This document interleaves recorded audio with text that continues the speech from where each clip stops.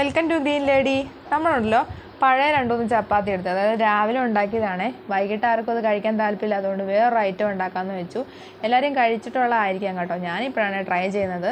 അപ്പോൾ ഇതുപോലെ തന്നെ തക്കാളി, സവോള, പച്ചമുളക്, ക്യാരറ്റ്, മല്ലിയില, കറിവേപ്പില ഇതെല്ലാം സൈഡിൽ റെഡി ആക്കി വെച്ചിട്ട് ഒരു റിഫൈൻഡ് ഓയിൽ ഏതാണെന്ന് വെച്ചാൽ ഇതുപോലെ എടുക്കുക കേട്ടോ. എന്നിട്ട് ഇതുപോലെ പച്ചക്കറി അതിലേക്ക് ക്യാരറ്റ് ആദ്യം ഇടുക കേട്ടോ. ക്യാരറ്റിന് കുറച്ച് വേവ് വേണ്ടതുകൊണ്ട് നമ്മൾ ആദ്യം ക്യാരറ്റ് ഇടുവാണ് കേട്ടോ. വേണമെങ്കിൽ കടുക് പൊട്ടിക്കാവുന്നതാണ്. അപ്പോൾ കടുക് എനിക്ക് ഇഷ്ടമല്ലാത്തത് കൊണ്ട് പൊട്ടിച്ചില്ല. ഇങ്ങനത്തെ ഐറ്റംസ് ഒക്കെ ഉണ്ടാക്കാൻ എനിക്ക് ഭയങ്കര ഇഷ്ടമാണ് കേട്ടോ. അപ്പോൾ ഇപ്പോൾ ഈ ഇളക്കിക്കൊണ്ടിരിക്കുന്ന അമ്മയാണ്. ഞാൻ കുറച്ച് റെസ്റ്റിലായിരുന്നു കേട്ടോ വീട്ടിൽ. അങ്ങനെ വേണ്ട അതിലേക്ക് തക്കാളിയും പച്ചമുളകും കൂടി ഇട്ടിട്ടുണ്ട്. ഉപ്പിടാൻ മറന്നു വരുന്നത് കേട്ടോ. ഒരുപാട് ഐറ്റംസ് ഒന്നും വേണ്ട, ഇഷ്ടമുള്ള പൊടികൾ നമുക്ക് ഇതിനകത്ത് ചേർക്കാം കേട്ടോ. ഗരം മസാല വേണമെങ്കിൽ ഗരം മസാല ചേർക്കാം. നമ്മളിവിടെ അത്ര സാധനങ്ങളൊന്നും ചേർക്കുന്നില്ല. ഇതൊന്ന് നന്നായിട്ടൊന്ന് വഴണ്ട് വരണം കേട്ടോ.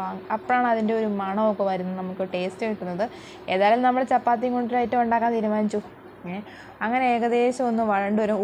ഉപ്പിടണം കേട്ടോ. ഉപ്പ് ഞാൻ ഇട്ടിട്ടുണ്ട്, ആ വീഡിയോ ഞാൻ ഇതിനകത്ത് കൂട്ടിയിട്ടില്ല.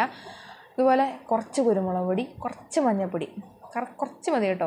അതിട്ട് നന്നായിട്ടൊന്ന് ഇളക്കിയെടുക്കുക, കരിഞ്ഞു പോകാതിരിക്കണം കേട്ടോ. അതായത് മീഡിയം ഫ്ലെയിമിലായിരിക്കണം എപ്പോഴും തീ.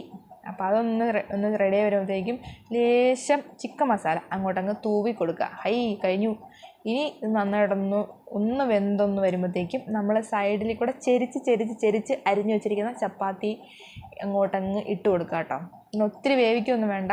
ഇങ്ങനെ അരിഞ്ഞു കഴിഞ്ഞുള്ള ഗുണമെന്ന് പറഞ്ഞാൽ നൂഡിൽസ് പോലെ കിടക്കത്തില്ല. ഈ മസാല ഫുള്ളായിട്ടൊന്ന് സ്പ്രെഡായിട്ട് ആ ഫുൾ ടേസ്റ്റിൽ കിട്ടും കേട്ടോ. ഇത് നല്ല ഒരു സ്മെല്ല് വരും.